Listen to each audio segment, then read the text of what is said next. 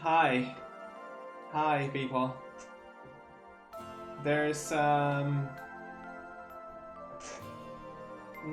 real nice news to share today. God. You know what they say? You gotta keep a positive attitude sometimes.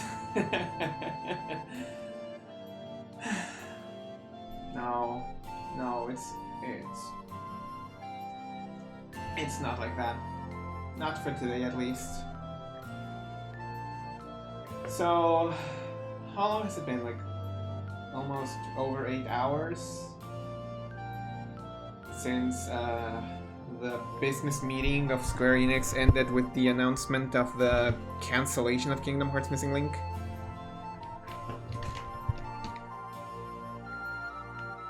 Yeah, so I suppose that you're not gonna be this whole setup ever again, because there is no game for me to set this up for. It's kinda sad, I'm not gonna lie. I also didn't plan for the music to be timed like this. It's just things that happen, you know?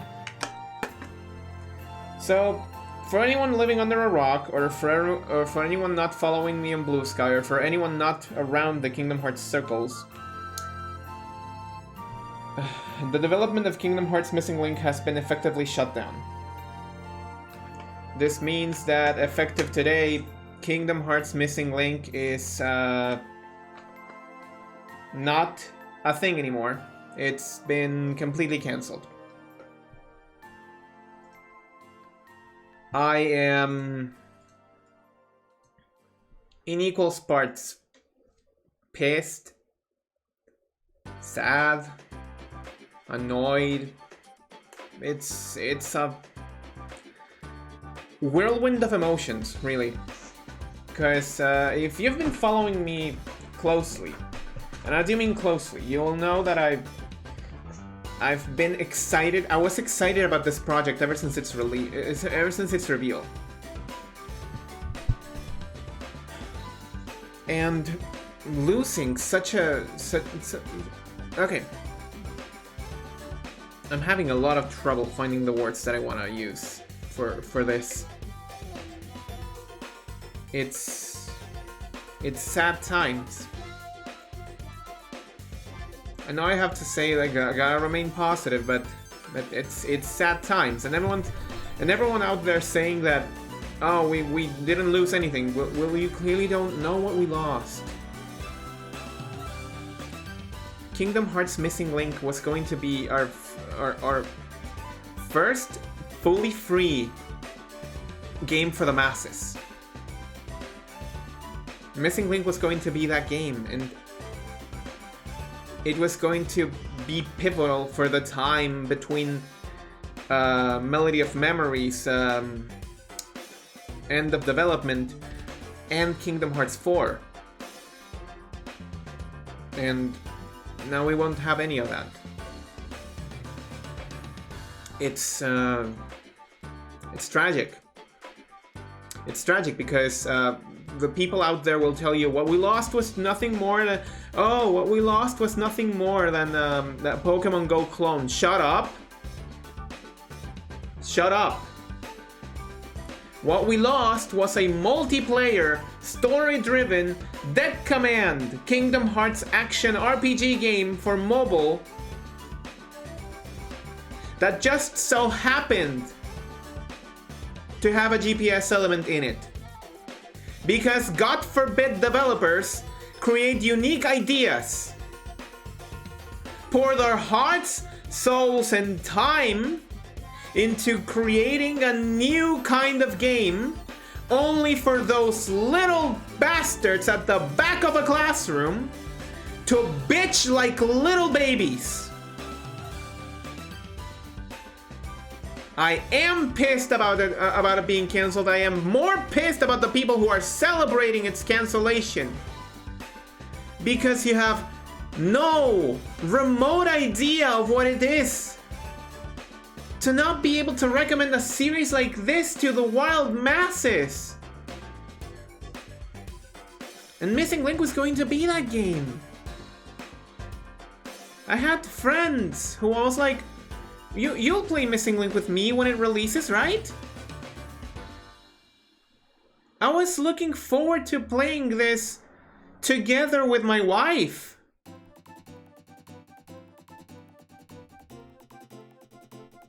And now what do I look forward to? There's nothing quite like that. Not an experience that can be like Kingdom Hearts Missing Link would have been. But the little bitches at the back of a room will never understand that. Because in their heads, what we lost was just nothing more than a GPS Pokemon Go clone. Had they taken the time to search for it for more than 5 minutes, it doesn't even take more than 5 minutes to do it. It doesn't even take more than 5 minutes to properly inform yourself of what Missing Link was going to be.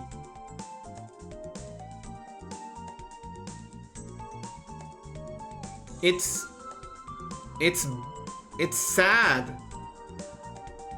It's sad that now I will have to tell, oh no, you just have to play the entire series, I suppose. Go spend $100 on the Integrum Masterpiece.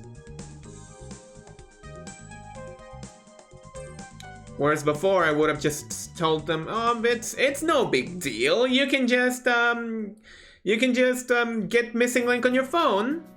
Start from there. If you like the gameplay, you can just go back and play the rest of the series. But now we don't have that. Now we don't have that. Now we won't have that. And I don't know who's to blame for it. I don't think there's anyone particular to blame. Who do you blame in this situation? Who do you toss around the blame to? Do you lodge it over to Square Enix and their incompetence?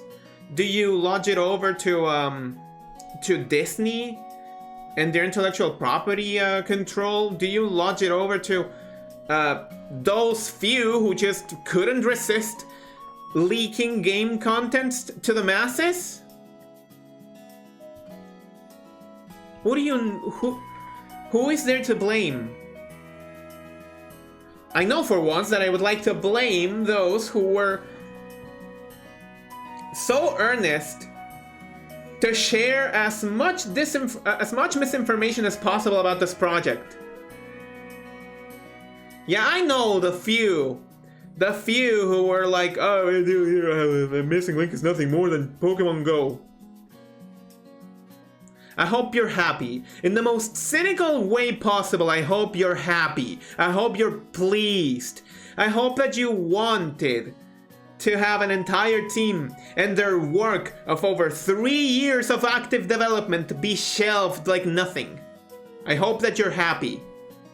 I hope that you're pleased. I hope that little elitist little asshole inside your head is dancing while your soul bare feet are stepping over unassembled Lego pieces. I hope that you're happy. I hope that you're pleased with what you're standing for. Congratulations. You have evidently gate-kept Kingdom Hearts for the masses. I'm pissed, man. I'm pissed. I'm annoyed. I'm sad. I'm sad that none of you read the message of Yoko Shimomura being like, I hope that we can eventually listen to the songs that I composed together another time. Like, does that not make you feel anything? Does it not make you feel anything? I'm sad, man. I don't have words to describe how hurt I am. Because now, there's Xenoblade Chronicles X, which is a game that I've been looking forward to since October of last year. Big whoop. There's Malofia, which drops in July, which I've only been excited for like 3 weeks at best. What do you do with the people that were excited for this game for 3 years? What do you do with them? What do you tell them? Do you tell them, move on to greener pastures? We don't have greener pastures. And I'm not excited for Kingdom Hearts 4 either.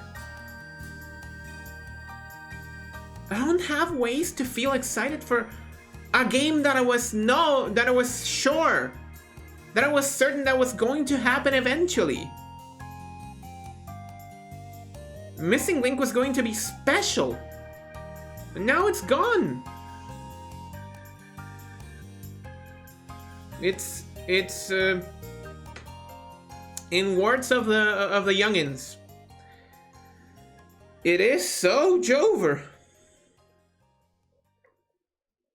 And I feel like I cannot express my my sadness for the developers and for all of their work. The writers, the 3D modelers, the musicians of the game, because I'm pretty sure that Yoko was not working alone in this game either. At least something tells me that Takeharu Ishimoto was also involved in the music. Do you not hear the missing Link Dearly Beloved, or the new battle theme, the new customization menu that was going to use Wake Up World? I was excited for this. What do you tell me now? What do you tell me now? I cannot in good faith go back to play Dream Drop Distance, knowing that, you know, there'll be a game to look forward to eventually. No, there's nothing like that. There's nothing like that anymore.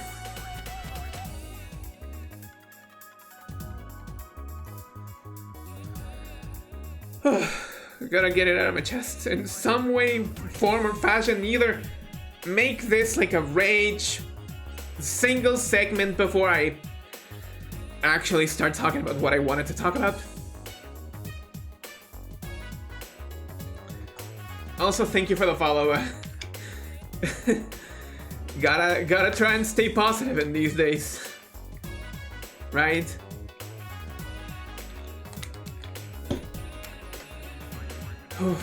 I feel like a headache's coming up.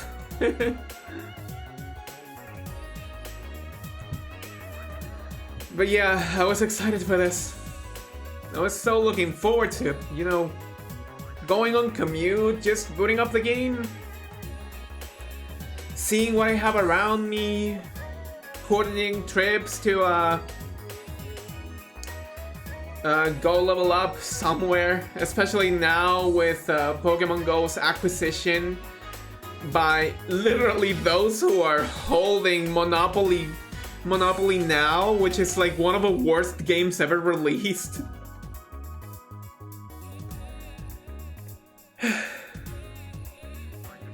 But now I know that it's not going to be. I'm sad.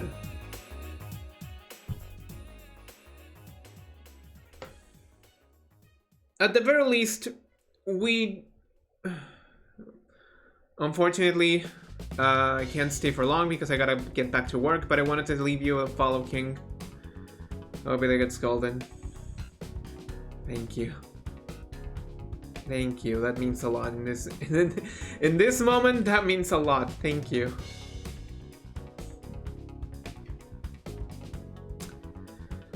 At the very least, there are a couple of silver linings of this, you know. When a project gets cancelled, it's usually never really lost for good. Like, there's a big chance that we might see the assets pop up again elsewhere. There's a big shot that they repurpose what they had or what they made for a different kind of game, which would be the best outcome. There's the possibility that just remake the whole game as a movie, which is not something I'm looking forward to. I'm also not looking forward to this game being repurposed as a flashback on Kingdom Hearts 4. Because that's not the game. The one thing that I would undeniably think would be the best possible outcome is if the game got repurposed as an MMO. Like, don't shelf the entire project, just release what you have, or repurpose what you have for other platforms and still keep the multiplayer aspect of it. And sure, it might be a harder sell, but it's likely going to be an easier pill to swallow, especially for the hater at the back of a classroom. Also, I'm relatively pleased that we still got to see most of his game, or at least most of what the betas had to offer.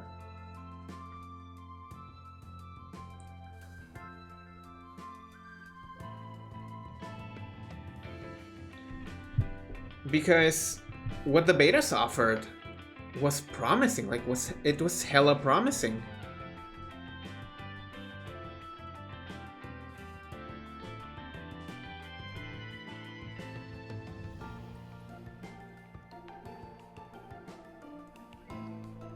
It was hella promising, and unfortunately we'll never see it again. In the form that it was presented to us. I wouldn't have minded a mobile game. I really wouldn't mind a mobile game. Because it's easier to sell a mobile game to the masses. It's easier just to tell them, hey, here's a free game.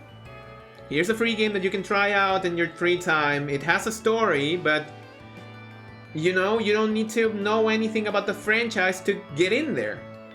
It's the same kind of sell that games like Genshin, Honkai,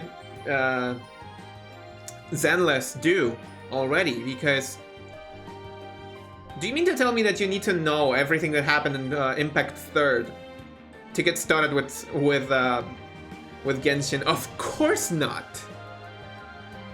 Likewise, you don't need to know what happened in any of those two games to start with Zenless Zone Zero. You just have to feel a little bit interested in what the game has to offer to you.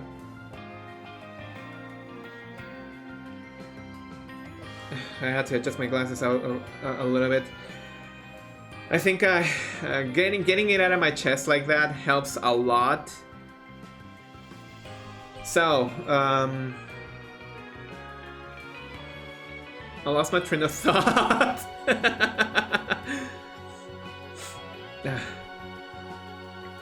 What I'm saying is, at the very least, we got fun times.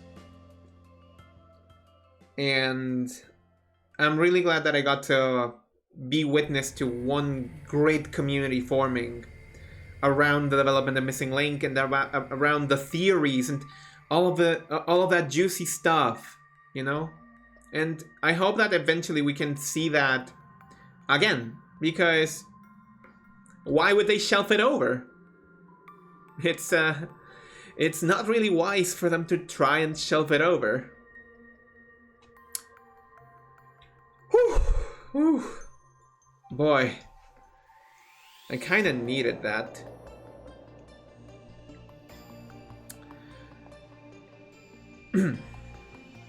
So,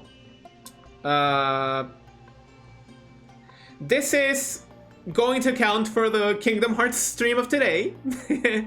I'm going to change the Kingdom Hearts stream of tonight for Fantasian. because I do want to keep on playing Fantasian more than I want to keep on playing Dream Drop Distance. I know, weird, right? But with not without good reason, because now we'll move over to that little special thing that I had prepared for Missing Link specifically, and I do hope I can repurpose it at some point within the next 3 years, maybe? Hopefully?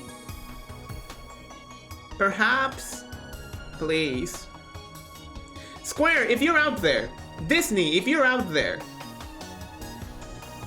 do not let all of this work go to waste. It's not wise. It's definitely not wise. Just go. Go, make it a project. Repurpose it or something. But so long as we get the story, so long as we get the characters, I don't really care much if what we get is just a ship of Theseus of this game. Just let us get something. That was my message to Disney executives. For everyone else who is withholding assets from Kingdom Hearts Missing Link, I expect your contributions to the cutting room floor very soon. And for Cynical, if you're out there hearing this stream, which I doubt you would,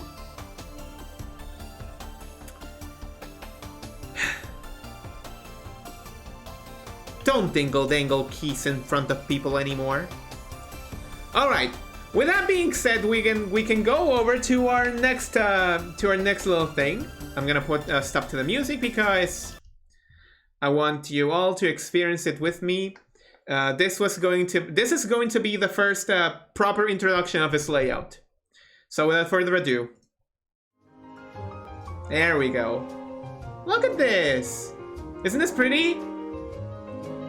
I really worked hard in making this layout, and I'm really pleased at how it turned out. I now know that there won't be a game to go with it, but it doesn't erase the hard work that I did on it, right?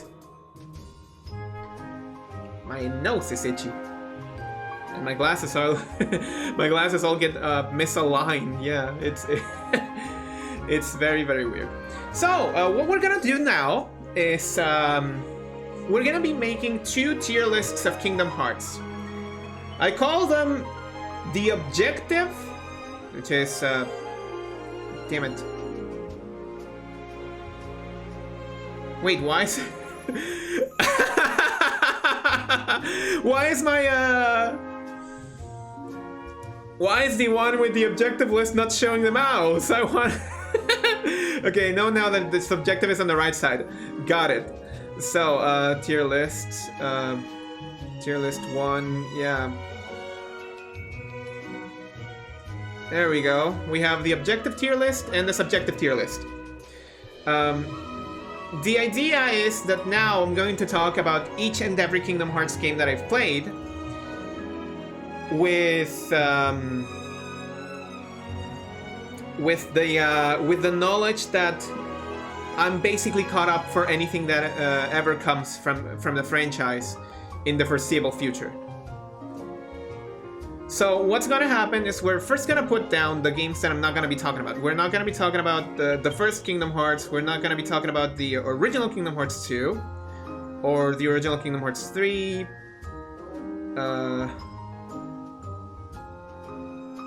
Actually, I could be talking about the original Kingdom. No, the original Kingdom Hearts 3. Forget about it.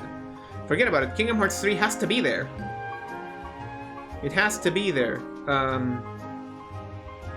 I'm gonna be making a funny thing with Kingdom Hearts Coded when we reach there. But the point is, we're gonna be making a tier list about Kingdom Hearts itself, looking at it both objectively and subjectively. I want it to be subjective because evidently subjective lists are easier to get into. You just start talking nonsense and eventually the nonsense speaks back. In a weird way. But really, why I wanted to talk about Kingdom Hearts objectively is because not many people take their time to talk about the games objectively too. So, the way this is gonna work is we're gonna put Kingdom Hearts Final Mix at the dead center. We are not allowed to talk about any other Kingdom Hearts game before. No, we're not allowed to talk about any Kingdom Hearts game after the game we're talking about. We're only allowed to talk about games that are within the ranked. If a game is ranked better, let's just say Kingdom Hearts coded here in the objective list is ranked better than Kingdom Hearts Final Mix, this list is gonna be piling up and piling up until we run out of space. And instead of going down, we're gonna put them one level below or one level above. That's how it's gonna work.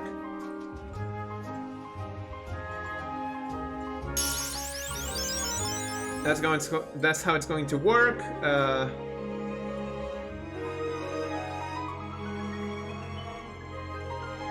We're not allowed to talk about. Oh, hi, Maxi. Welcome to the Kingdom Hearts tier list. You missed a little bit of.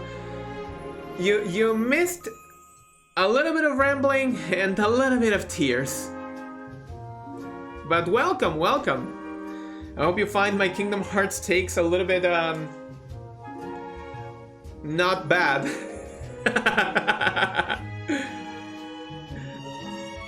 Okay, and crying is good once in a while. Yeah, it helped me a little bit. I'm sad.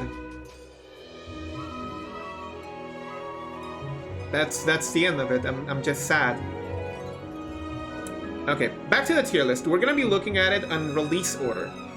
So that means we're gonna be talking about Chain of Memories, and then we're gonna be talking about 2, then we're gonna be talking about I forget if it's Birth by Sleep or I forgot if it's Birth by Sleep. Oh, that's right. I'm gonna leave the original Birth by Sleep on ranked as well. Mostly for brevity's sake. For the sake of brevity, I don't have to rank Birth by Sleep if I can rank Final Mix, right?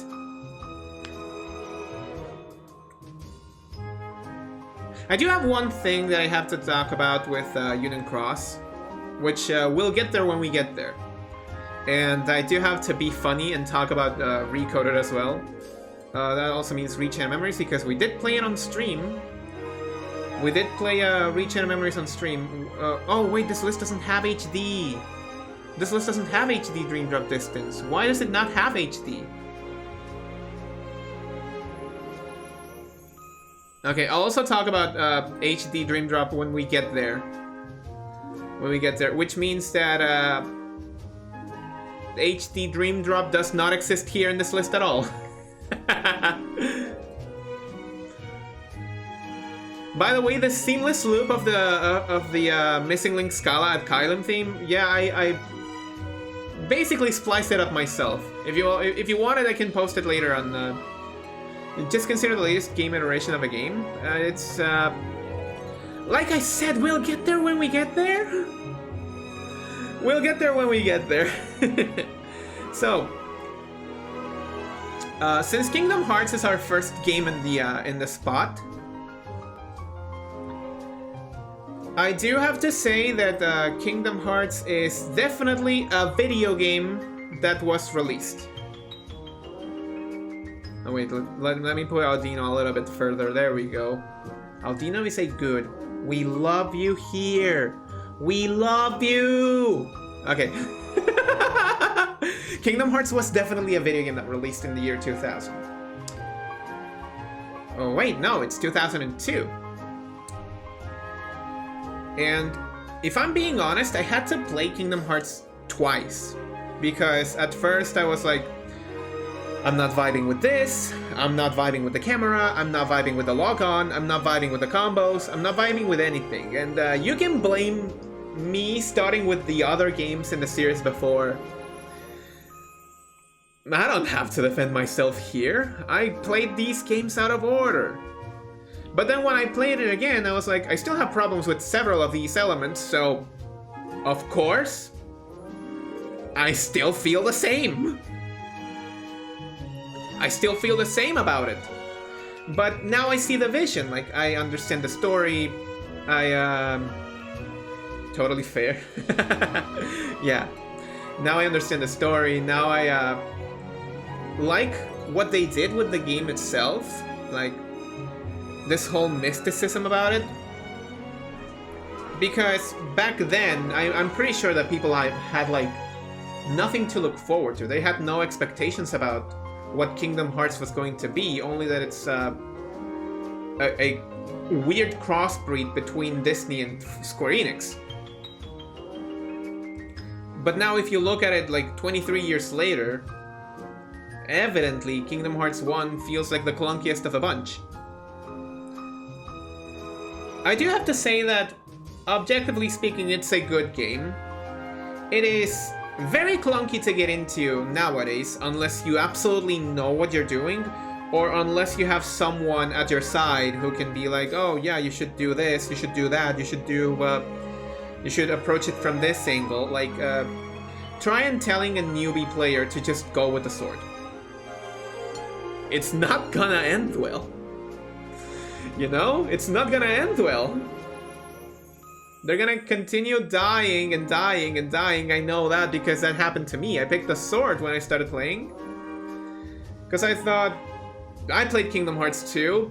Basically, I can go with it. This is not me comparing it to KH2. This is me contrasting the experience that was like starting with the sword in KH2 versus starting with the sword in KH. It's definitely something. Final Mix does introduce also the optional bosses, and that's fine. I think that it's a good time as any to say that my credentials on Kingdom Hearts is that I've played every game in the series, and that I've also beaten most of, if not all of the canon super bosses. The only one that I haven't beaten yet is Julius in Dream Drop Distance. That's the only one that I haven't beaten yet. So that's Kingdom Hearts. A very game. Kingdom Hearts is a very game. I rated a game out of 10.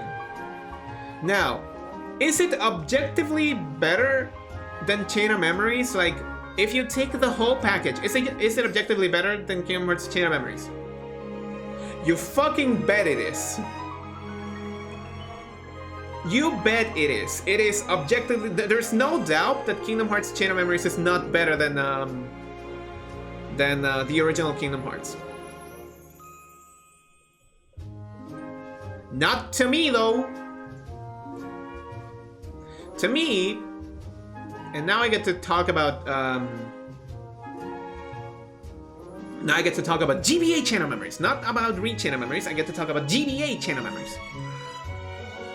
GBA Chain of Memories is one of those very special games to me.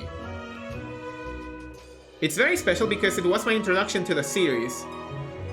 I remember looking at it on a Club Nintendo magazine. You know, in Latin America we used to have our equal to Nintendo Power, which was Club Nintendo. And Club Nintendo used to do these E3 press covers. And in one of those, there was Chain of Memories listed as a Game Boy Advance game, and I was completely confused because one of the things they showed was one of the CGI cutscenes, and I was baffled. I was like, I know it says GBA, but this has to be GameCube, right? No, it was Game Boy Advance. Years later, I played it on a flash card. Years later, after that, I played on real cartridge, real hardware, and I love it so much that I played a no HP upgrade run. And I loved it even more. It was at that point where I realized, God, this game is wonderful. A roguelike before the era of roguelikes. Thank you, Nightbot, for the reminder. Good bot. A roguelike before the era of roguelikes. You basically build up your own path while you're assembling the little pieces on each of the floors. So no two runs of the Kingdom Hearts of Chain of Memories are the same. This is gonna be something that you're gonna be hearing again very, very soon. Yeah, in a way, it's their roguelike before roguelike, yeah. And if you extrapolate to the future of a franchise, like just to give like a broader insight, Chain of Memories was the first deck command game. In the literal sense. Like, literally speaking, this is a deck command game. You build a deck of cards to command your character. And I feel like this game gets the more enjoyable as you start, I think that this game gets more enjoyable as you start using concepts from TCG in it. Like, for example, don't say, oh, cards that you use in a slate. No, the first card becomes unreloadable and you can never load it again. No, just say you banish you stack 3 cards, banish the first card. That's it. That's it. You banish the first card from your hand. That's it. You also don't have a hand. You have literally the entire deck at your disposal at all times. So it's... I find it kind of like a funny mental image, seeing Sora just carrying a 64 card deck. Just cycling along the cards like a madman, trying to find what he wants to use. It's funny when you think about it that way. And the game itself is incredibly enjoyable and highly replayable too. You can customize that experience like none other. Do you want to do a magic only run? I know regular Pat is insane enough to try that, but there he goes. He's doing that. Do you want to build a massive deck and take advantage of enemy abilities and have a stacked deck of multiple possibilities? You can do that. You can also just do all melee, like just have a deck full of melee cards. You can also just have one single zero. It's highly customizable. It's an experience that's highly customizable. And I feel like it is better to me than Kingdom Hearts 1. I feel like it is better to me as an experience, but I feel like I guess that must also be biased because I'm used to it. I'm used to it. I'm used to the jank. I'm used to the little things that make this game. I'm used to them. Not sure if I can say the same for others who are not as used to them. I feel like people would have to completely demolish their preconceived notions about how a Kingdom Hearts game should play, and then start playing Kingdom Hearts Chain of Memories for what it is. Invest a little bit of time in their mechanics, and then realize that it is a good game. It is a good game. God, the Missing Link Scala is so soothing for my soul. I feel like it's healing a little bit and little bit and little bit and little bit. I want to see what gameplay changes KH4 can bring to the table. We'll get there when we get there. For now, let's talk about KH2. Is KH2 objectively better than Kingdom Hearts 1? Fucking duh. Fucking duh! Don't look at a horse in the mouth. First off. Second of all, leave your biases out of the door. Kingdom Hearts 2 cemented several of the gameplay mechanics that would be used in the future. Combat speed, better aerial combos, better lock-on, better mobility.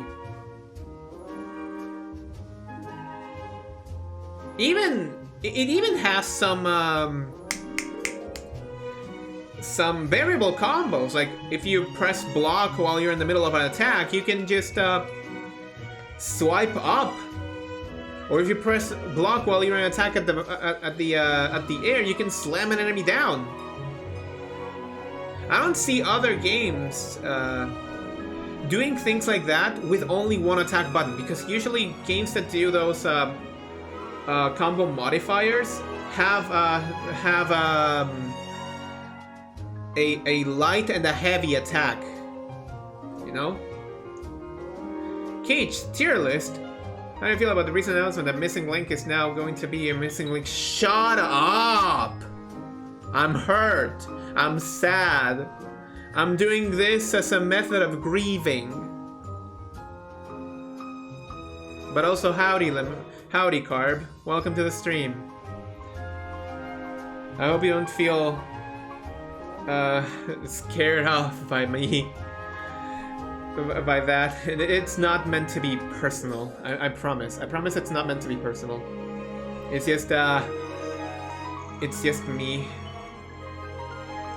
Personally, I'm okay with it being gone. I do not like phone games for KH. Oh, you missed some words at the beginning. The TLDR is, I'm pissed that this game got cancelled. I wish more people got to fairly judge it for what it was going to be, which was going to be a multiplayer, story-driven, character custom character deck command Kingdom Hearts game in devices that were affordable and in devices that were at reach of everyone at a price point where no one had to pay for a barrier of entry. And that's how I feel like it. It sounded like it was going to be what people wanted out of Union Cross. Yeah, basically that. Which is all the more reason why I'm sad. But we'll get there when we get there. We'll get there when we get to talk about Union Cross. Right now we're talking about KH2. KH2 also did a lot of things right in terms of the story. Like, people look down on the story of KH2 because, oh, Disney Worlds are not integrated properly. That's because you weren't paying attention. Like, the stories of Kingdom Hearts 2, of the worlds of Kingdom Hearts 2, tackle on the topics of the game itself. Like, sense of being, belonging, memories, connections to those around you, what it means to not be, or what it also means to want to be. Like, for example, take Mulan. Take Land of the Dragons, I think it's called. I always get it confused. Let's just call it Bootleg China. Let's just call it Bootleg China. The biggest story right there that ties to the topics of KH2 is Mulan pretending to be Pink so that she can be at the army, but then realizing that it's best to be just her, and just her is enough. I don't know what kind of topic you can get from KH2 Atlantica, but boy howdy, there is a story there. There is a story there. Definitely there is a story. I would love to be the one who finds it, but I haven't found it in many, many years of playing KH2. And also, it's still considered one of the best endgames of all time. Like, I'm sorry, but Sora and Riku versus Xemnas is peak Kino. Sora and Riku versus Xemnas is peak Kino. And Final Mix adding so many new bosses, and especially the fight against Lingering Will, which is one of the toughest motherfuckers out there. God, it is so satisfying. The combat of KH2 is so satisfying. And I'm not even talking about the drive forms. Drive forms alone make a huge chunk of the combat in KH2, but it's not all of it. Like, you can just go at it and play KH2 without any drive forms, and you'll be impressed at just how much you can get away with. It's nuts.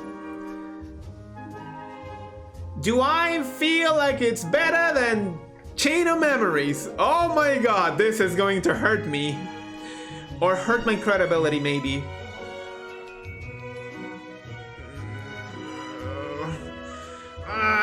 move it. Ah.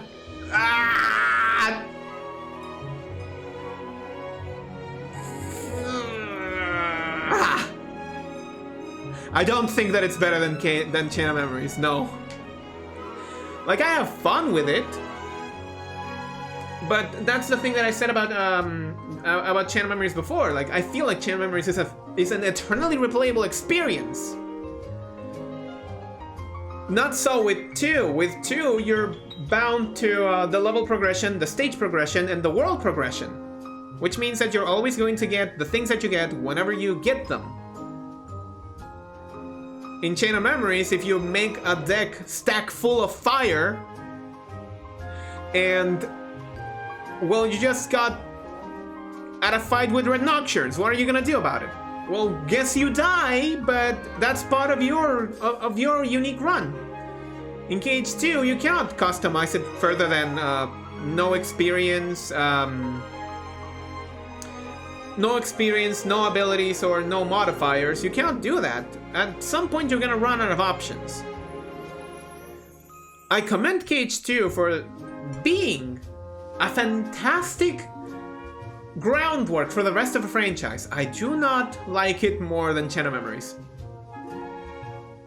I get very happy when I get to play 2, and I also have to say that it takes a long time to get to where you want to be in KH2. Like, endgame KH2 is where it's at, but in order to get to endgame, you still have to go through a lot of game before. Okay, up next, Chain of Memories. I've been looking to talk about this game. Do I think that it's better, objectively speaking, than the original Kingdom Hearts? Because remember, we're like looking at it objectively, step by step. We're not gonna skip games or whatever.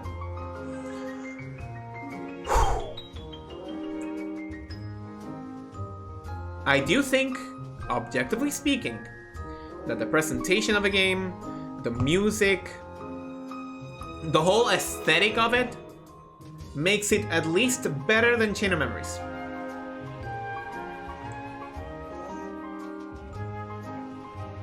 But this one's going right at the bottom. No way. No way. No way I'm gonna put Chain of Memories below Recom. And I have some ways to express that. First off, I do love the fact that there's several songs in Chain of Memories that are extensions of the original GBA songs. Like, for example, Naminé's song. Naminé's song is way better in Recom. Like, you listen to the original composition once, and you're like, oh, this is a cute theme. And then you listen to the remake, and the piano just swoons you in, sweeps your feet down on the floor. Cry now! Cry now! Tear up now! It is such a beautiful song. Such a beautiful theme! In such a bad game! God! So Chain of Memories, right? Chain of Memories is an eternally replayable experience. You can basically say the same about Recom. Recom has ways for you to deal with the mundane. Like, Recom gives you more slides, more powerful slides to help you with those few bosses that were giving you trouble. I don't feel like that makes it a better game. I feel like it's just you know, I feel like that's just removing you of busy work.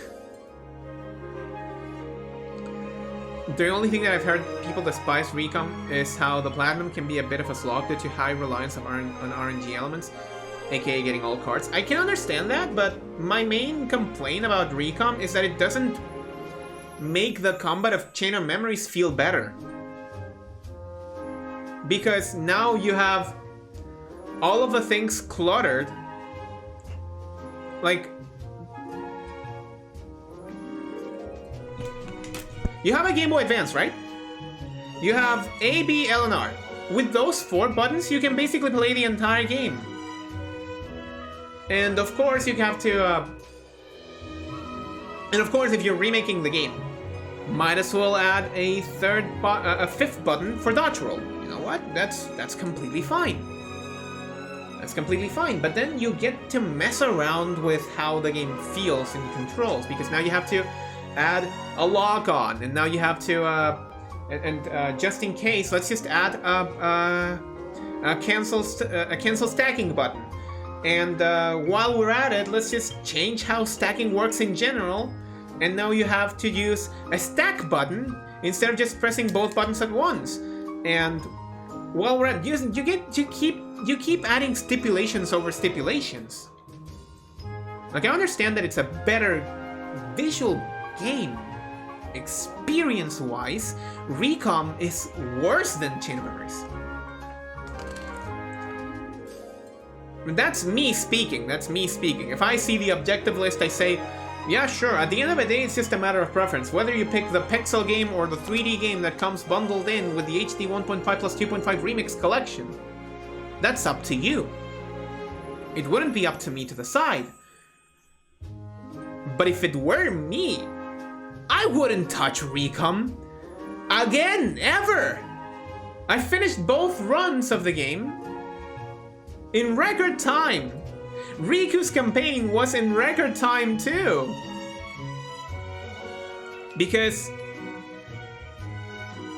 ReCom gives you more tools to break the game than it gives you tools to better enjoy it. Lethal Frame? Break the game.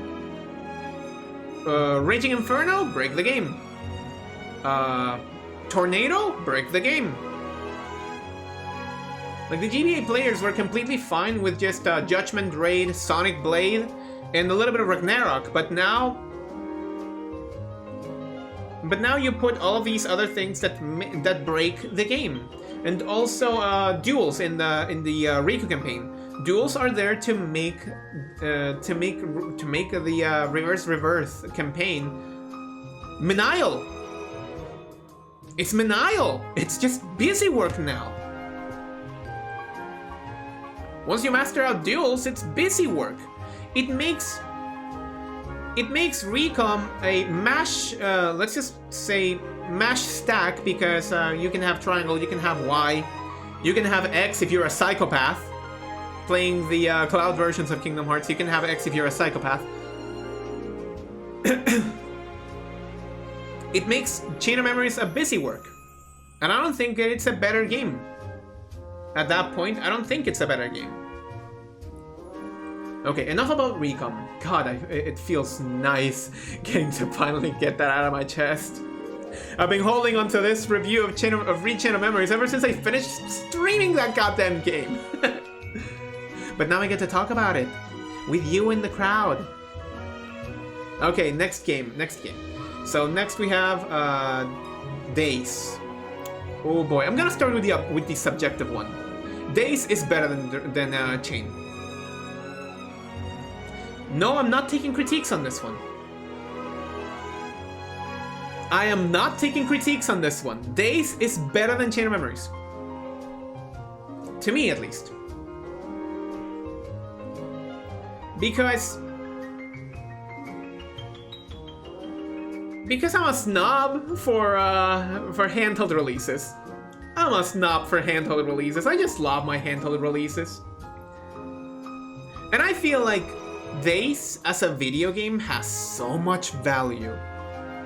So much value. Like, you don't begin to understand how much value you have with this game. A full-fledged campaign with multiplayer where you can be basically anyone from the organization, plus Riku, Sora, Donald, and Goofy, and Mickey Mouse, playing missions and exploring things. This is prototype. This is prototype Key. This is prototype Kingdom Hearts Key, and people don't know about it. Plus, playing this game on an original DS or a DS Lite is so smooth.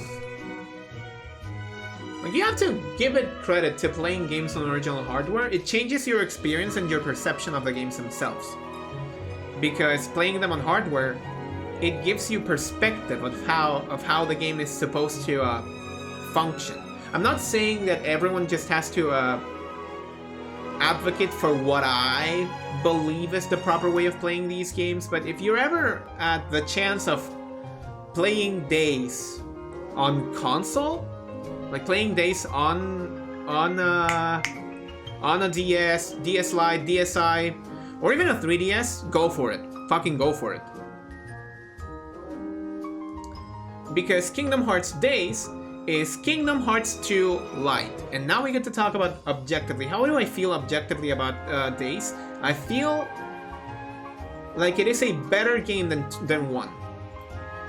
Because Days uses the foundations built upon by Kingdom Hearts 2 and just gives you a light version of them. Like, you don't get drive forms, you don't get all of the modifying combos, but you get some of those in the specific Keyblade specific combos, you know? You get some of those with the Keyblade specific combos. You get some of those with the ways that you chain your magic into your physical attacks. You get some of that with the mobility. Like, you can chain an air slide into a glide pretty seamlessly. And it is a far more customizable experience than Kingdom Hearts 1. Just so that you know, round block. I don't have to say anything else but round block. If you know what round block is, congratulations. You know how to manipulate Days to your own advantage. And Days was the first game to properly introduce a parry mechanic. If you equip one of the block modifiers to your guard, you can basically frame one block and attack and retaliate back. It's it's the best. It's the best. And you don't get those things in 2, but it is taken aback a little bit by the presentation because it is a DS game. What are you gonna do about it? What can you do about it? It's a DS game. But you also have to commend the DS developers for packing so much into such a little device. It's endearing. It's endearing. It's a thing that I want to see more developers do. Squeeze out great games into little systems. Squeeze them, make them better, make them a thing, you know? Make them a thing. Okay, I'm gonna need to go grab some water. I'm gonna leave you with 3 minutes of ads because I desperately need to use the bathroom. I could use a bathroom break, and I could also use a glass of water. So I'll be back in 3 minutes. Don't go anywhere. I'm gonna make sure I don't, but just in case.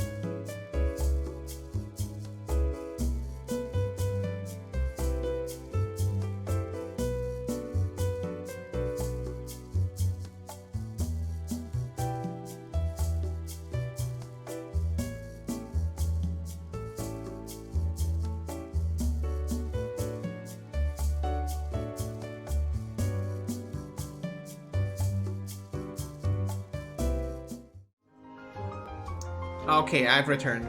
It still saddens me that this was going to be the layout that I was gonna use for Missing Link. And now I won't get to use it. Also, damn it, I invested a lot in trying to get everything right to play this game in the best quality possible for you people. Rambling over. What do you say we return to the tier list now? Next in the line is where is it? Birth by Sleep. Yeah, let's just put Birth by Sleep a little bit further. Woo! Birth by Sleep, I do have some words about you. Let's put you first in the objective tier list. There, bam.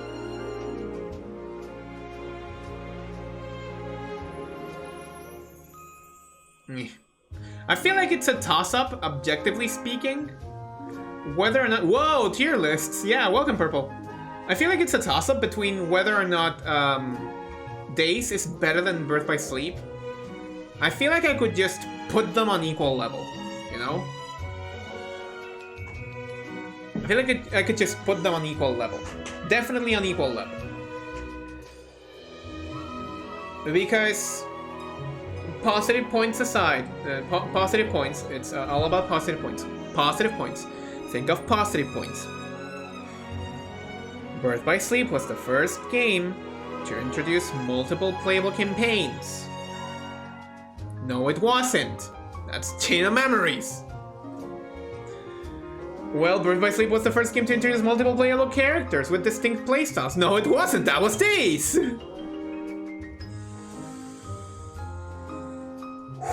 Positive points about this game. Think about positive points. Birth by Sleep was a game for the PlayStation Portable. There, that's a positive. No, in seriousness. Birth by Sleep was the first proper game of a deck command system. You know, a system that we would either grow to love or grow to resent, depending on how you look at things.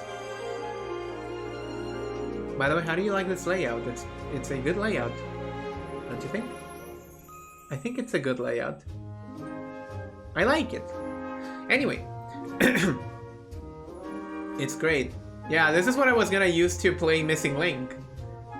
It's a little bit sad that it's gonna be seen like this instead, But here's... look, fingers crossed that eventually I get to use this layout again. Either repurposed a little bit, I don't care. I can repurpose this. I'm looking at things on the bright side. No work is completely lost. Okay, but back to Birth by Sleep. Birth by Sleep definitely cemented good aspects of storytelling into it. With the whole... story with Xehanort and all of that stuff. The whole campaign with Terra, Ventus, and Aqua. The whole aspect of all of those campaigns being interconnected. I'm running out of positive things to say. The music is great. I cannot say I think the music of Birth by Sleep is bad. No, the music is great. It's a good game.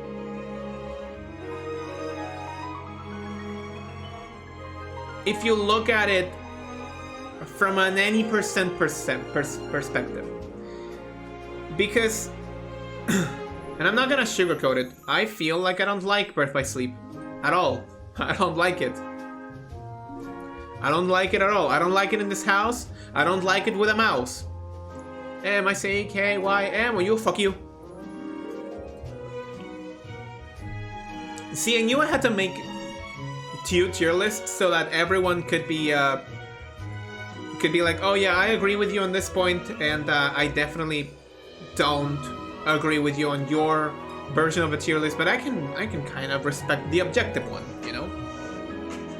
You know what I love about Birth by Sleep? Well, I know I like it when it's over. When I'm not playing it. You roll the crits 3 times, only to...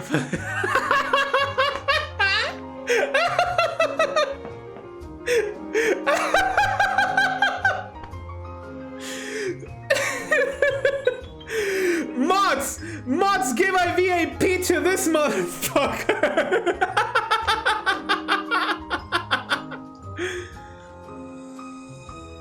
Oh. And all 3 times it's the same credits. It's the same credits. It's the same credit scene. Why do you have to roll the same credits 3 times with separate campaigns only to play it twice again? Did you know that you cannot erase your save files? That's kind of crazy. Who would be such a psychopath to allow that thing to happen? No, you have to preserve all of your save files because your save data does not carry over to your next playthrough. And also, the combat is ass.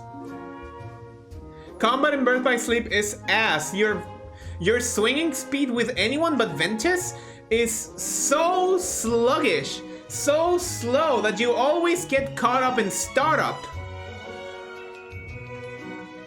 And if you fight against the mysterious figure or against Vanitas Remnant, you realize just how bad the combat of this game is, because you cannot get 3 hits in without the AI of the opponent putting you in stun lock.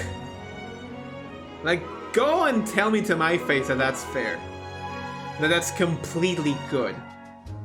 Go and tell me that in order to beat Mysterious Figure,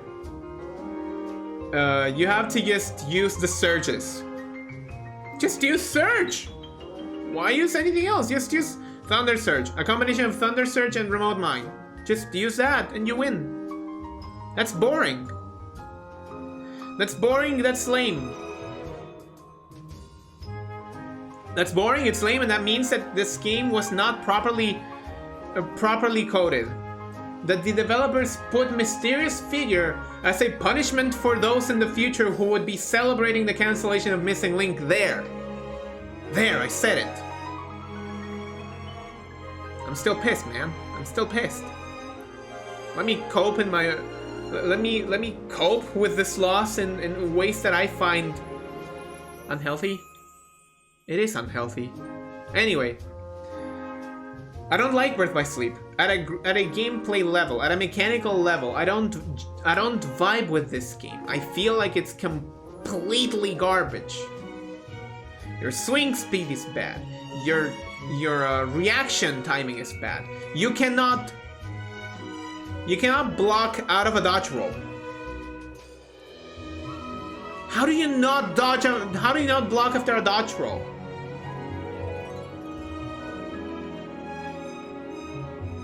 You cannot do that the opposite way either. If you're blocking, you cannot dodge roll. If you leave your guard, you're wide open because they dare to put end lag on your guard. Everything on Birth by Sleep has so much end lag, it's annoying to play. And it's even more annoying when you get to those secret boss fights. I'm gonna say I did not engage with either at all. At all, whatsoever. I hate it. Having to play this game 5 times, a 6th one because I forgot or I never realized that you had to keep those save files with you at all times, because I thought, oh, you know, I'm done with Terra, I can just save over Terra with Ventus and do that with Ventus over Aqua. No, you have to keep your save files. Who designed this? Who designed this? Look at me and tell me that that was good design. No, it wasn't. It was not good design.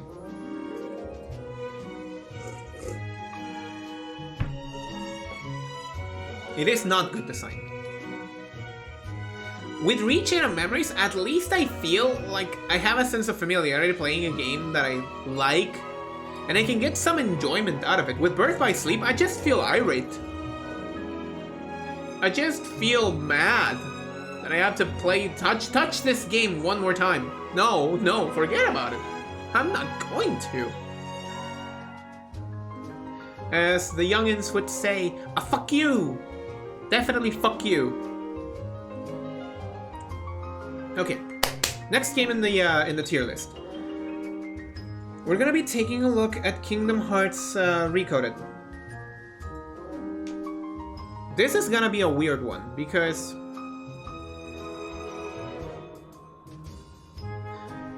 I feel like Recoded as a game is better than most of the bottom half of the objective list. As a game. As a story, it's very nothing burger. It is nothing burger. Like, definitely nothing burger. Absolutely nothing burger.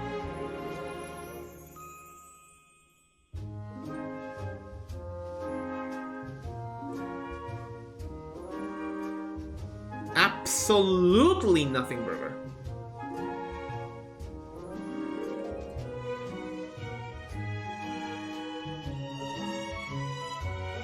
And that is conflicting.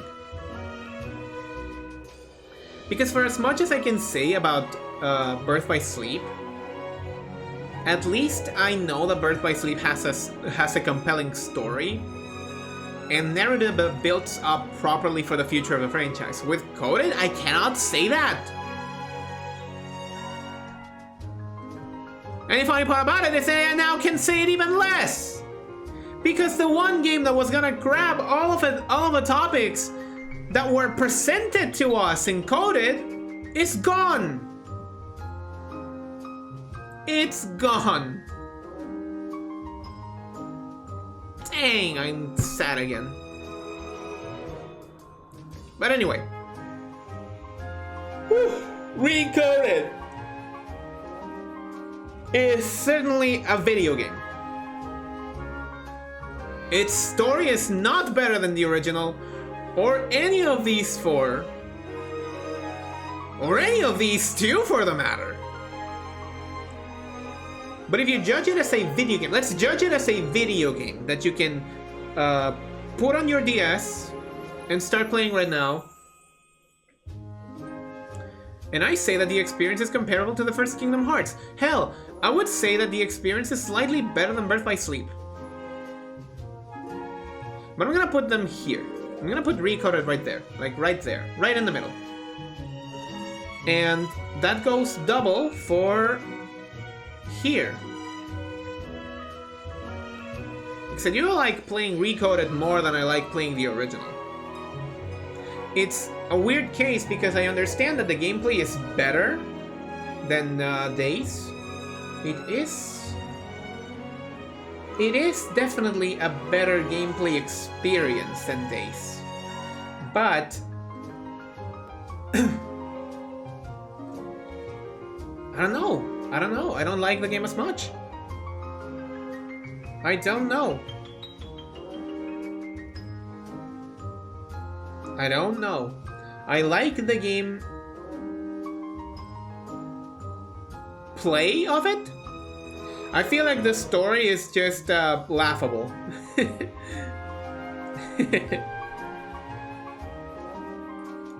But I still enjoy Recoded. And like, here's the analysis on the movie versions. The movie version of Days is dog water. And the movie of Recoded is so fucking good that you can basically substitute your experience playing the game with the movie without anything lost. It's good. And hearing Roxas being... I'm sorry, Data Roxas going like, you say you accept it? It's not a game! It's way past time that you learn what real hurt feels like! I love it. I love it. I love it. I'm very tempted to move Recoded one step higher. Okay. Let's talk about Kingdom Hearts Unchained Key and by extension back cover. I'm gonna umbrella both of those under the same thing. Because I need one way to separate Kingdom Hearts Union Cross Dark Road from what was Kingdom Hearts Unchained Key. So, for let's just put it here on the unranked for the time being. For Unchained Key, I'm gonna umbrella key back cover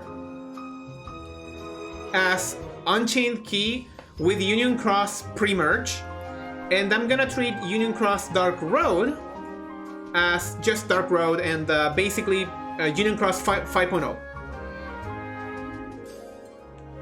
Do we shake on that? Can we shake on that?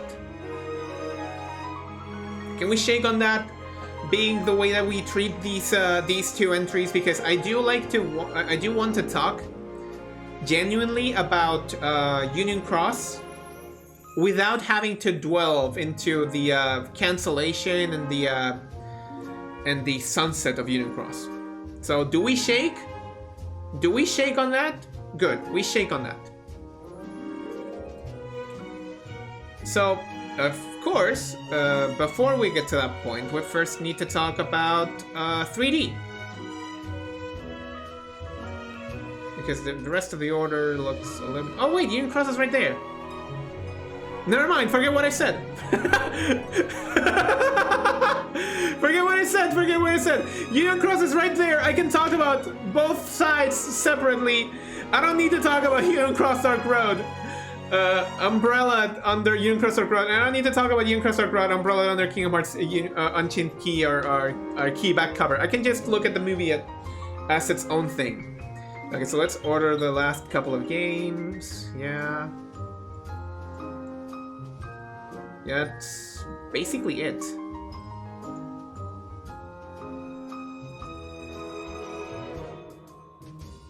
What are you doing here, dude? What are you doing?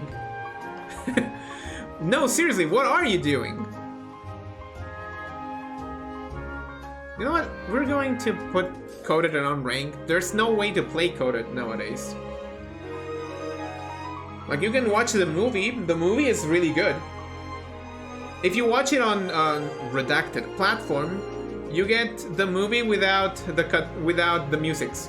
Like, the soundtrack of the worlds does not play in that version of the game. Maybe I should go tell Square Enix that they need to fix that one version of HD 1.5 plus 2.5.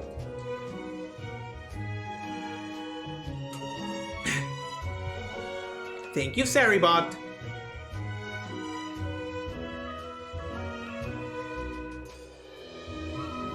Okay, back to the tier list at hand. Let's talk about 3D, and this is the first time where I'm gonna use one of the unranked.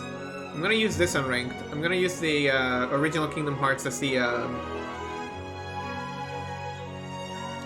HD version for the comparison's sake.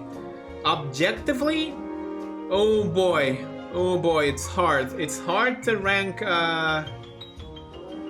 3D objectively better than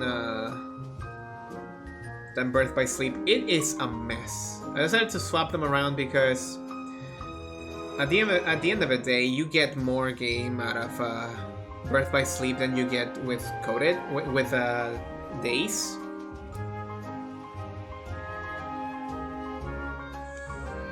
Oh boy. So objectively speaking, I still think Days is the better game. Like, is that objective or subjective?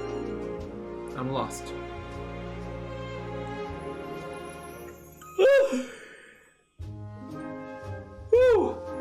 Sorry about that. Gosh, do I think that objectively speaking, 3D is better than Days? No, I do not. And I'm gonna explain why. Setting the whole time travel thing aside, Dream Drop is an unorganized mess. A legitimately unorganized mess. It like feels completely out of place. Everything about it. The story is presented out of order. They interrupt you with the whole flashbacks thing, And some might say that the drop system and changing between Riku and Rock and Sora at given times, most of them outside of your control, are bad elements, and I would have to agree that the game relies a little bit too heavily on the flashbacks and the chronicles to get you to brush up on the things that you missed out on.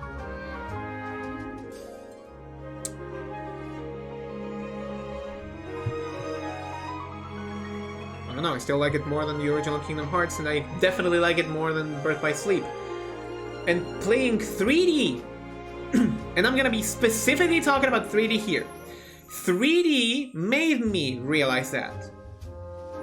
Because with 3D, I thought, man, this is actually quite a decent game. If you plan around the drops, if you engage with the Dream Eaters, which, let me just tell you, it's way better to just go at it with your Dream Eaters instead of having to depend on fucking command melding that does not work. Sorry. Dream Drop is one hell of a good experience. Now, this is the moment where we would likely talk about HD Dream Drop distance as well.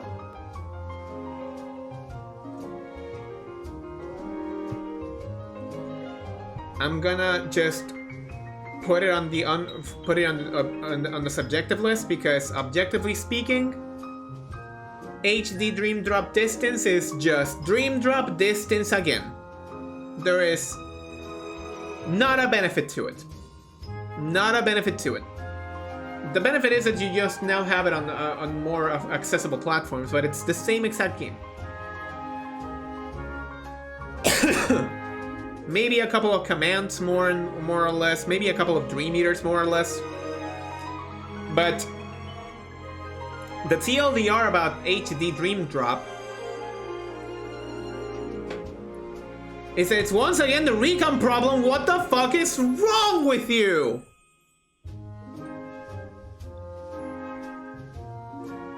Here is the thing that I wanted to talk about on my streams. By the way, this is supposed to be HD Dream Drop, not the original Kingdom Hearts. We're just placing it here for the sake of illustrating a point.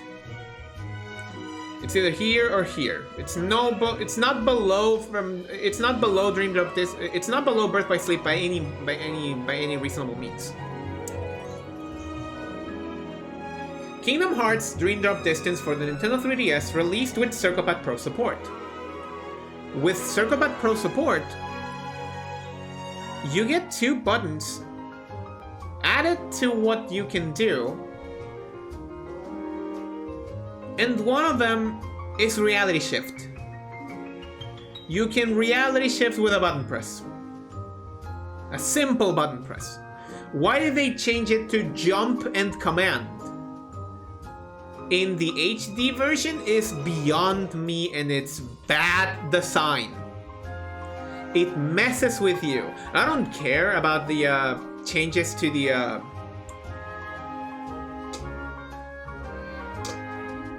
I don't care if it changes the mechanics, like the core mechanic, quote-unquote core mechanics.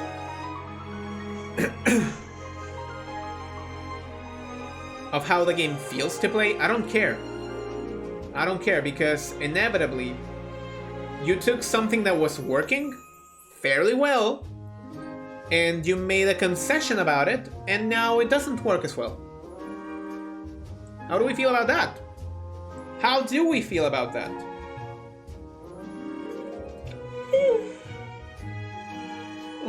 Sorry, I woke up too early this morning and I want to just yap about the franchise that I love so much. Bear with me. How do you mess that up? I appreciate the further camera, I appreciate the 60 frames per second, I appreciate just how smooth the game feels to play now, but nothing of that matters if you're not gonna use the benefits of the previous, of the games released prior as a positive note. Because, yeah, Why? Why? Really? Why? Really? Why? Why would you not want to do that? Okay, maybe saying that I like to have played less than the original Final Mix is a little bit of an overstatement. Because at the end of the day, it's still HD Dream Drop. But they took away several of the sound effects. They took away several of the... they took away the sound effects. They took away an easy way to access Reality Shift. I'm never gonna forgive them for that. I'm never gonna forgive them for that. Why is Reality Shift a macro? You could have easily bound it to the bumpers.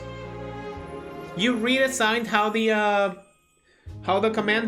deck command works to accommodate for the Dream Eaters and the links. Why not just continue making Reality Shifts a button press?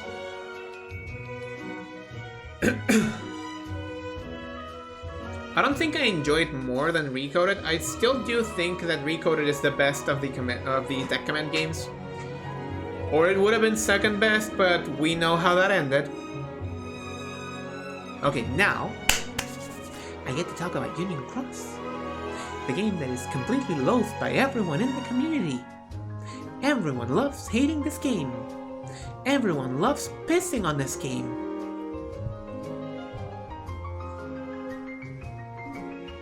And I'm not different. This is our first bottom spot in the objective list. Objectively speaking, the only thing that keeps Union Cross together is the story that it had. The story that you got offered was the hook. The hook of Union Cross was the story that you got offered. Big whoop. Because in terms of gameplay, there was nothing in it. There was not a single gameplay element. Union Cross was a point-and-click game. And I am talking specifically about Union Cross here. Union Cross, the half that we got to play, back when it was active, the half that it was... Oh wait, I don't have TTS allowed on this layout. So I'm gonna try my best to recreate the the effect. Boing, boing, boing, boing. Onyx Galeria said, "Sup chat, I got a waffle iron and now I'm unstoppable. Best $30 ever spent." Thank you for that. Sorry that the the text-to-speech is not visible in here. Also, hi OG. It's okay. Okay, going back to Union Cross. Union Cross, the half that was playable. Union Cross, the half that was rebranded from Unchained Key. Union Cross, the enhanced port of Kingdom Hearts Key. It had really nothing. Like, we are gonna be completely honest, it had completely nothing. I don't do this as a power move, but goddammit did I love it. I loved every single second of it, and I wouldn't change anything about it. I miss it. I miss Union Cross like you wouldn't believe it. I remember waking up in the morning, nudging my wife, back when we were still just dating. We're still not married yet, but marriage is happening by the end of the year, so she's wife now. I remember waking up early in the morning, being like, honey, we need to hop on Union Cross. There's a raid boss happening. It's raid boss weekend. So we would boot up Union Cross. We would hop onto the raid bosses and do a couple of raid bosses together. And it was delightful. We would often talk to each other or with friends about the polls that we have, about the story progression. I would just sit by my girlfriend just yapping all day like just about me speaking for hours and hours about how much I enjoyed the story, or the little bits and pieces, and motivating her to continue the story. And she did. She was engaged by it, and she never got to spend any money on it. She always got the better pulls than me. It's funny. I spent money on it once to try out what VIP mode was. It was a very bad mistake on my end, because it was a nothing burger. Anyway.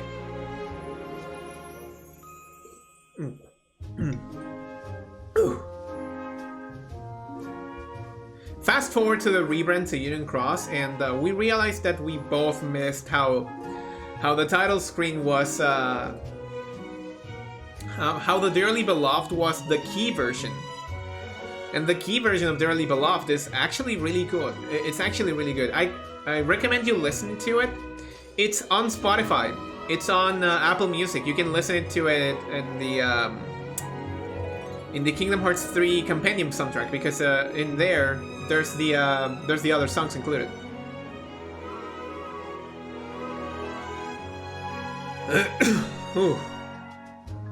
The story of Union Cross is insane. If you haven't watched the demo dub, go watch it. And if you can watch the entire game playthrough, go watch it. It's the best that you can do now, since there's no way to play the game. Honey, they delisted this one. This one lives in our memories. The trips of my Keyblade girl, roaming around Daybreak Town, going on adventures, and defeating large bosses with her goth girlfriend, only exist as a memory now. Those only exist as a memory. I will hold a forever attachment to Union Cross for what it did. And I will hold a forever attachment for basically being something that me and my wife could connect with. She's not as big into Kingdom Hearts as I am, and I doubt that she'll ever be. But it's the matter that for this little instant, for this little pocket of space,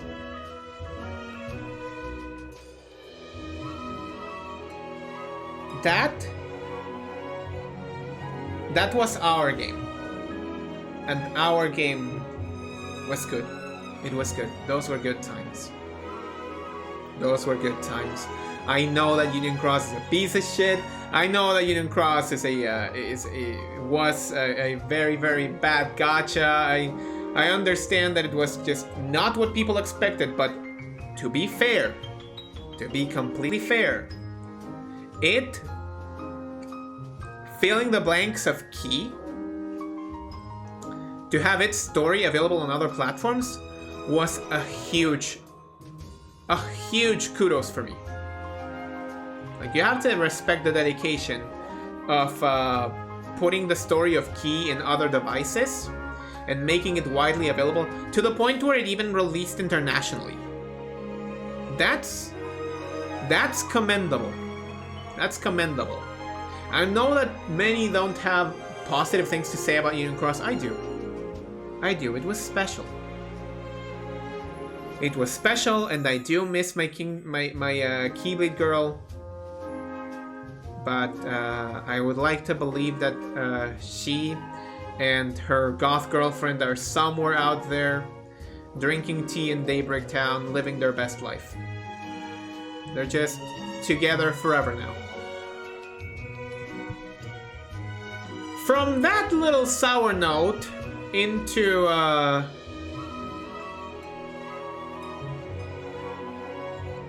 god, now I have to leave Key back cover unranked. Let's talk back cover a little bit. Back cover is a fantastic movie. God, I love back cover. I love back cover. It is really good. It is really good, and Ray Chase as the Master of Masters is a 10 out of 10 absolute cinema moment. It is absolute cinema. Nothing like it. Absolutely nothing like it. If you ever have time to play the movie, like watch the movie yourself, I highly recommend it. It's a good watch. It's a good watch. Especially with the Master of Masters being as iconic of a character as it is. The truth is what you see with your eyes, not what you think. Or, way to steal my thunder, show off! I love the Master of Masters, he's the worst! And also the best character ever. I love him. Okay. Finally, 0.2. Oh boy. 0.2, I feel like it's plagued with the same problems as Birth by Sleep. Of it being a very not customizable experience.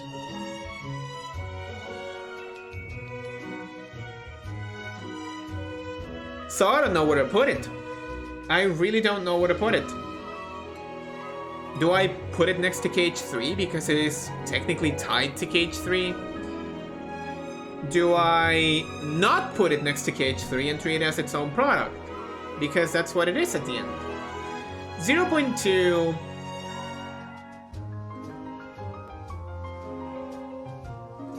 I don't feel like it's better than the original Kingdom Hearts.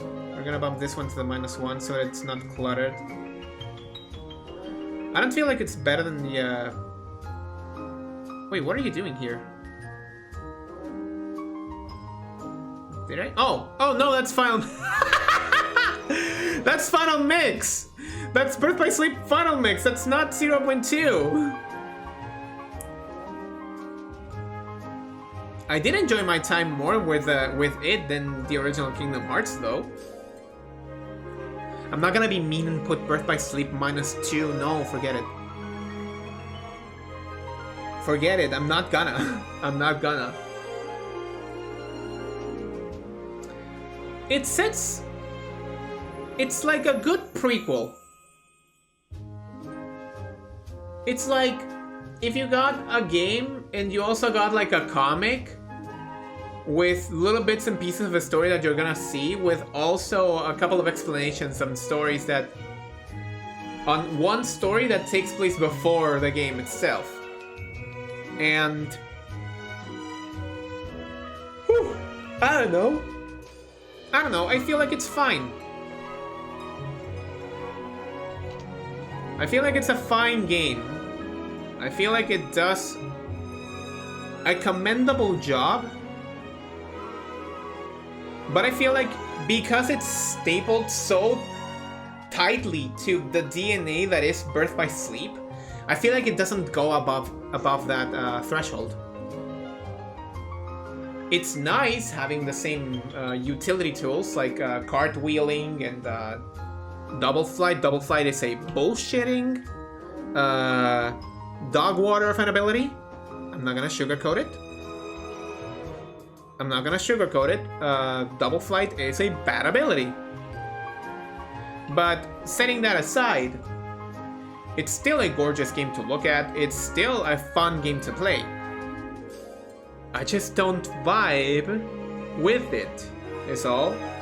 And I also don't feel like... okay, maybe objectively it's a little bit better than the original Cage, by virtue of basically being Cage 2 combat and Cage 2 camera work.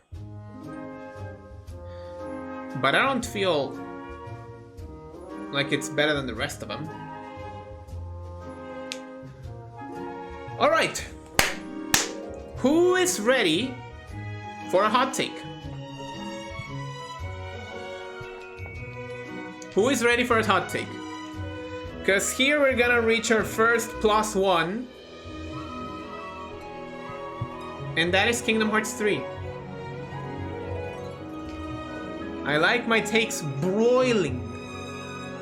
Okay. Objectively speaking, Kingdom Hearts 3 is better than 2. Gameplay-wise, it might not be as tight as Cage 2, but Cage 3 does ways with more things and does them better than Cage 2. For example, not being as reliant on drive forms, you can play the game without ever touching a form change to begin with. Not being as reliant on... God, what it was like? Magic combos, I think? No, magic combos actually got better in Cage 2. And in Cage 3. And that's thanks to 0.2. 0.2 paved the foundation for those. 0.2 paved the foundation for those, and I love it for that. But yeah, it might not feel as tight to play. Like when contrasting little movement, it's not exactly better to move in 3 than it is in 2. But combat in 3 feels better. You have so many other options. You have so many new options. Aerial combat is so nice in 3. Oh my god. And 3 is like the culmination of combat. Shot locks, form changes, combo magic, aerial dodging and aerial guarding. Do you not realize how important it is that you can now block in midair? Like, take your time to remember that you cannot do that in Cage 2. And sure, in Cage 3 you get rid of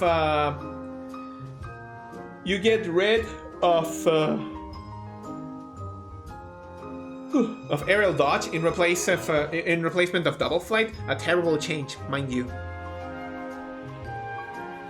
But like, the story of 3 is incredibly enjoyable. I like every single thing about Cage 3. And I don't submit to the narrative that it's like, oh, but the story just takes a back seat. No, you have to be attentive. As long as you're thorough and paying attention, you will understand that the story of Cage 3 has so many other layers that you're not paying attention to. And sure, the whole concept about the power of waking and how Sora just feels like he's not ready, but he has to be ready. That's life sometimes. Sometimes you have to be ready to take that risk, to prepare to engage on that. And here goes. I'm gonna nudge this one higher because I like Cage 3 more than I like Union Cross. Because it gave me Starlight. I'm a basic bitch. I'm a basic ass bitch. Yeah, you can look at me. You can look at me and see, yeah, that's a basic bitch right there. You give me Starlight with the indigo handle and the beautiful sparkling silver, almost bluish hue of the hilt. And I'm gonna say, yeah, take it. Give it to me. Give it to me, I enjoy it. I like Starlight as a Keyblade. I liked it in Union Cross. I liked it more in Cage 3. It is my favorite Keyblade of all time. And for that reason, I like Cage 3 more than I like Union Cross. I also like 3 more than I like 2. But if we look at it objectively speaking, the things that Cage 2 doesn't do well, Cage 3 just excels at. World exploration, world navigation, world density. Like, worlds are populated now in 3. You can see people around. You can see NPCs that you can talk to. You can hang around with them. The worlds are a joy to explore. Bonus points to the Caribbean and Toy Box. Those worlds are fantastic, and one single Cage 2 Cage 3 world is better than like 5 Cage 2 worlds, no doubt, because there's so much to do, there's so much to see, and there's so much to explore. It's nice, it's fun, I like it. And I cannot say that KH2 does that better. KH2 might have the better, tighter combat, but KH3 is a complete package. Better than KH2. Okay, we're moving on to the last two games. I'm gonna need 30 seconds. Nothing more than 30 seconds.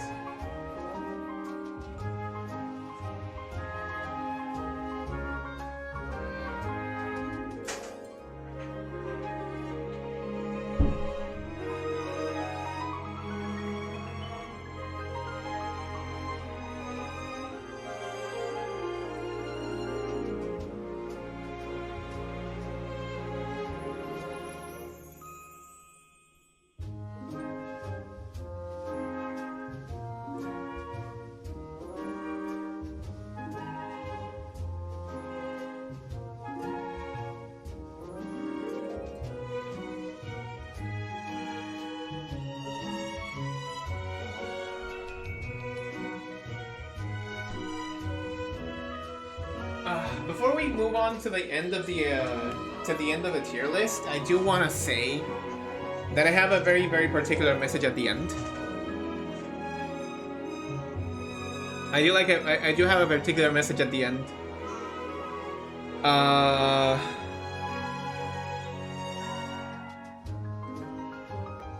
Okay, the thing is that Kingdom Hearts 1 can never reach -1, but with the next two games, it's not going to. Because... Okay, so here's the thing. Melody of Memory is a weird game to rank, because it is not an action RPG. It's a rhythm game. A rhythm game with story relevance to the franchise as a whole. It's a rhythm game nonetheless. How do you rank it compared to the rest of the franchise? You don't really have a way to do it. Right? But I do, at least personally speaking. Melody of Memory is like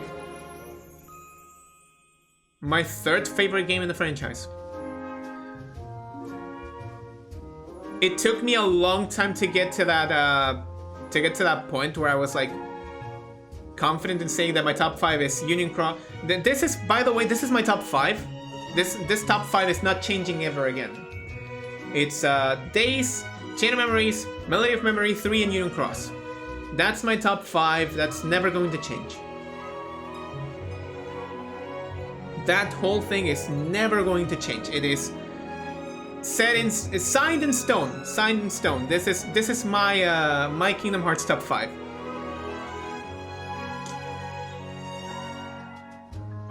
I do not jive with Birth by Sleep at all. I do think that Recom and HD are not good games, or not good in terms of what they did with the original experience. Good. But my top 5 definitely is Melody of Memory, Chain of Memories, Days, 3, and Union Cross. Actually, hang on. Let me bump this one out to a -1. The thing is, Kingdom Hearts can never reach 0. Kingdom Hearts can never reach the 0 mark. But objectively speaking, what do I feel Union Cross, Melody of Memory is? It is an enjoyable game. So at the very least, it's better than KH1. At the very least, it's better than KH1.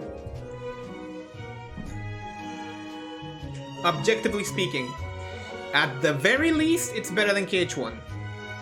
Now, how much you can enjoy Melody of Memory depends exclusively on how you enjoy your rhythm games. If you're part of the crew that really, really lives for the rhythm games, then by all means, you're gonna love this one. Especially if you're from Kingdom Hearts, like from the fandom, and you like the music and you vibe to the music.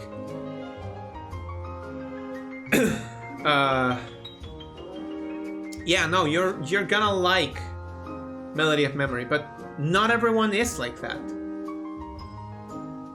Not everyone will be like, oh yeah, Melody of Memory, rhythm game, Kingdom Hearts. Yeah, of course I'm gonna like that one more than Kingdom Hearts 2.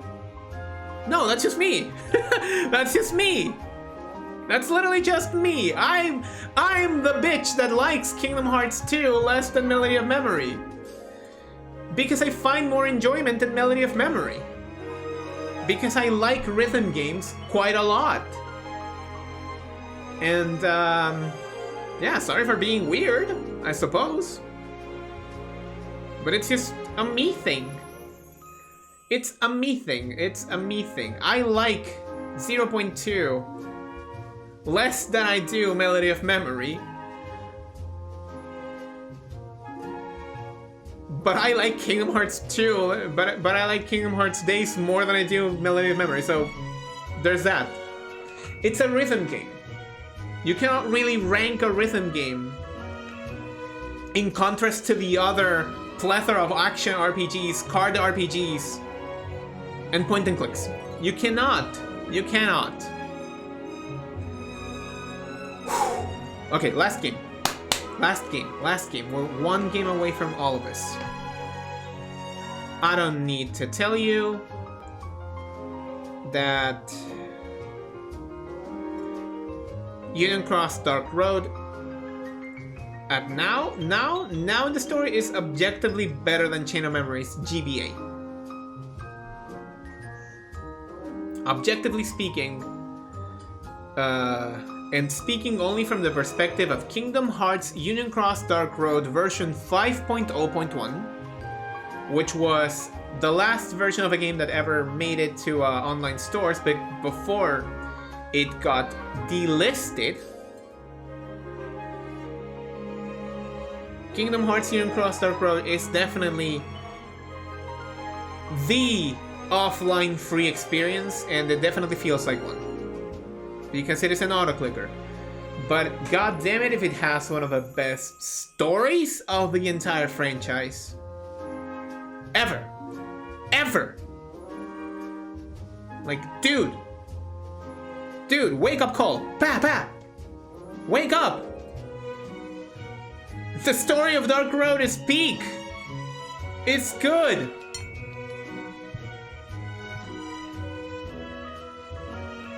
I don't like the envelope it's attached into. Because in order for me to experience the story, I still have to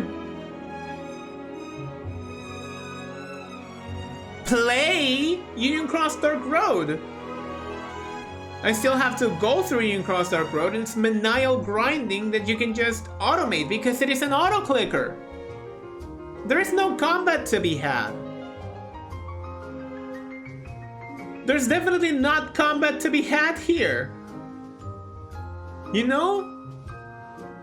So it is bad. For my tastes, it is bad. Definitely bad.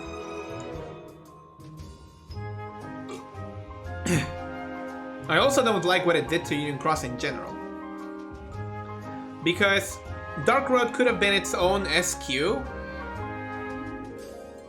Dark Road could have been its own project, separate from Union Cross. Union Cross could have been still breathing. But it's the matter that they connected the two projects together, and then one of them got canned. And surprise, surprise, it was the better one. The better one got canned in favor of Dark Road. Not a single day passes where I don't wish for Dark Road to have become its own separate thing. Not a single day passes where I don't wish that we still had Union Cross with us. And now going forward, not a single day will pass where I don't wish that we had Union Cross. That we had Missing Link. Not a single day. I'm gonna be upset about this for the remainder of the month. And by the way, don't expect any other Kingdom Hearts streams on this channel for quite a while. This is like... Hang on. I really say I can do something. Gimme.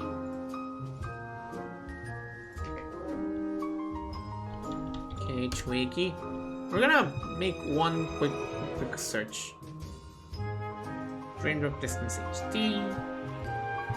Yeah, give me that logo. Is that a PNG? Why does it save as a WebP? I hate WebPs.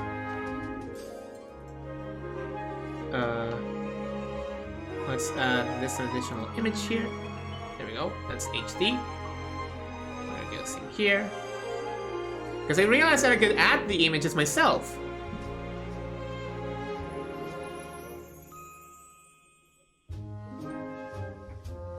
So let's make another tier. Delete row. This is gonna be red. This one's gonna be orange. And this one will be yellow. Yeah, that's gonna be it. Because we don't have a +2s. We don't have +2s in this tier. Delete. Red. Orange. Yellow. There we go.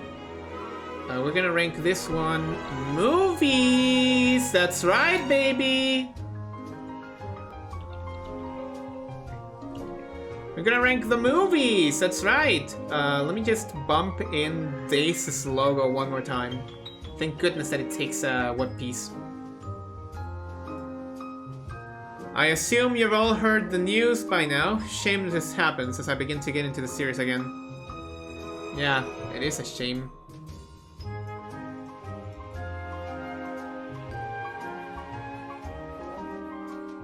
This gives me a good time as any to talk about how I rank the movies themselves. Damn it. No, not now.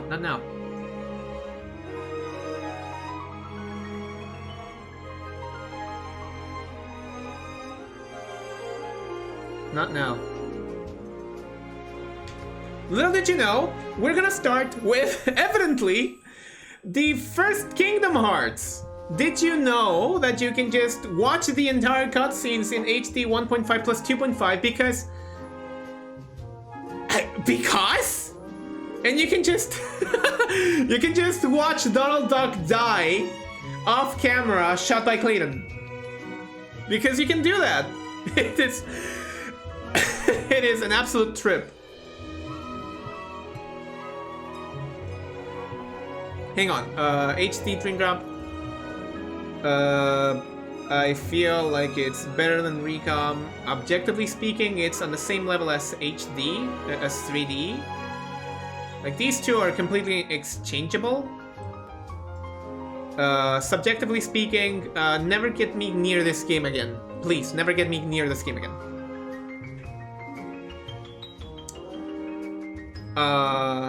And now the movies. So you can watch the first game as a movie. It's it's an experience, all right. It's all out of order. It doesn't do a good job at, well, being a good movie. But you get to hear Donald Duck getting shot off camera, and that's the funniest shit ever. So that's gonna bump it a couple of points as we rank the rest of the movies. Objectively speaking, the Days movie is way better than the original Kingdom Hearts because at least you get the events in order, not out of order. Subjectively speaking, I had a lot of more fun watching the original Kingdom Hearts movie. That clip of Clayton shooting Donald Duck out of camera is gonna be legendary. Legendary, absolutely legendary. I need to make a clip out of that. I need to edit that clip. In my style of editing, I need to do it. I need to do it. Now, thank goodness for Coded. Coded is here. Coded is an even better movie, objectively speaking, than Days. And that's because you get one little extra cutscene. You get a little extra cutscene with the movie that you don't get in the game. I feel like that's great. And I also feel like you get the full 9 yards with it. No doubt about it. the decoded movie is a great way to just replace your playthrough of a game, and you wouldn't be missing anything. In fact, I feel like it's an enjoyable way of playing the game itself. There's nothing much more to it. I still think that I had a little bit more fun with the with the OG KH movie. I'm still gonna continue quoting the Donald Duck gets shot by Clayton out of camera incident. I'm still gonna continue doing that. Which leaves key back cover. Objectively speaking, key back cover is just there to tie over to people who never played Key, but it is the best movie. It is undeniably the best movie. Oh my god, the composition of the shots, the quality of the models, the scenes, and everything about it is just so hecking good. So fucking good. And that's it! That's it! We've made both tier lists. You can take a screen cap of this right now. I am not publishing it online.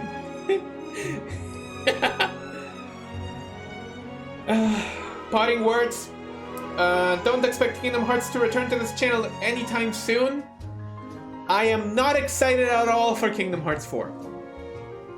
Let Kingdom Hearts 4 take its goddamn time.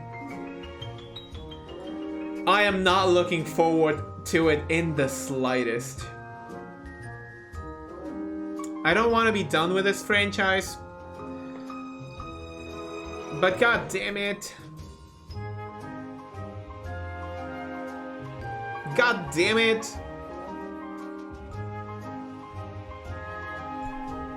See, here's how.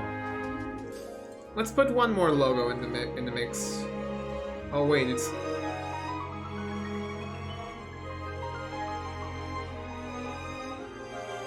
It got taken out of the.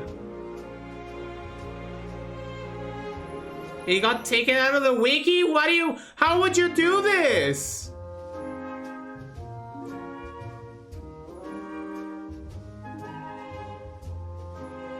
How would you take it away? Dude, at least. Oh my god. Oh my fucking god. No, it has to still be in here.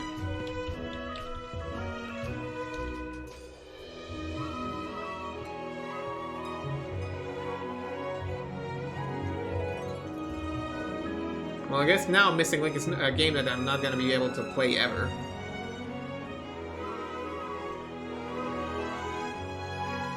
Okay, but objectively speaking, here's how I would have ranked Missing Link if it ever released. Like, with the things that I saw, here's how I would rank it. Seriously, though.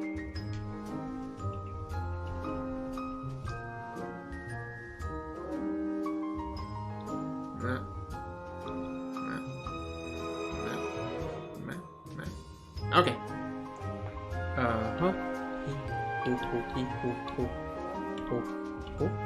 No? No. I don't get it. I don't get it. Okay. Here's how I would have ranked it. Missing Link being my most anticipated game of 2023 and 2024 and 2025 until it was cancelled was definitely gonna bump it right up there. Definitely. Without an inch of a doubt, that was gonna be the best game for me. It was going to be my absolute favorite. Objectively speaking, we still have to move on. I think I'm gonna move this one here. Objectively speaking, this would have been better than Birth by Sleep.